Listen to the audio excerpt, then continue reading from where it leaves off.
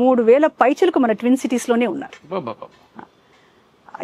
వీరందరూ కూడా అంటే దీంట్లో అంటే 365 రోజులు పనిచేసే వాళ్ళు ఉంటారు, ప్రొఫెషనల్స్లో ఉన్నవాళ్ళు, ఎంత వీలైతే అంత సమయం ఇచ్చేవాళ్ళు ఉంటారు. సమయ సందర్భానుసారంగా మన కోవిడ్ ఏదైనా ఒక అవసరం వచ్చినప్పుడు 100 మంది వాలంటీర్స్గా వచ్చి చేరుతారు. అందుకే ఇంత అద్భుతమైన కార్యక్రమం సాధ్యపడుతుంది. 1,000 మంది. ఇది ఏ విషయాలపైన ఫోకస్ చేస్తుంది మెయిన్గా సేవాభారతి? సేవాభారతి టార్గెట్ పీపుల్ కూడా మనం తెలుసుకోవాలి ముందు. అంటే మనం అంటాం కదా, పంచభక్షాలు తిన్నవాడికి ఓ పిడికిడి పెడితే వాడికి దాని మీద రుచి తెలియదు. ఎవరికి అవసరం ఉంది? డౌన్ ట్రోడన్ పీపుల్ అంటాం మనం. నిర్లక్ష్యానికి గురైన వాళ్ళు, పూర్తిగా అవకాశాలు అయిన వాళ్ళని సమాజంలో కలిపే ఉద్దేశమే సేవాభారతి చేస్తున్నది.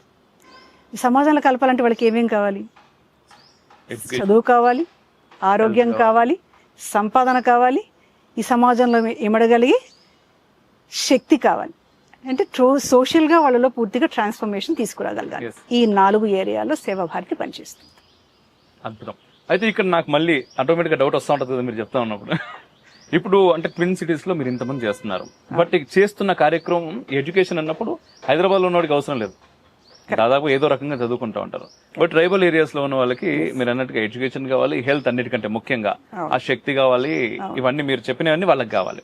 మరి ఇక్కడ నుంచి అక్కడికి ఎలా ఈ వ్యవస్థ ఎలా జరుగుతుంది ఏంటి? ఇప్పుడు మనము సేవా బస్తీలు అన్నాం కదా, సేవా బస్తీలలో మనకు ఇక్కడ ఉన్న అవకాశం ఏంటంటే మనకి అక్కడ ఎంతో కొంత చదువుకున్న పిల్లలు మనకు అందుబాటులో ఉంటారు. అక్కడ చదువుకున్న పిల్లల్ని ఎంపిక చేసి వాళ్లే కార్యకర్తలు ఈ వ్యవస్థను నడుపుతారు. కానీ మనకి తాండాలలో, ఈ మారుమూల గ్రామాలలో అంత అవకాశం ఉండదు. ఎందుకంటే వాళ్ళకి ఇంకా సోషల్ యాక్సెప్టెన్స్ రాలేదు.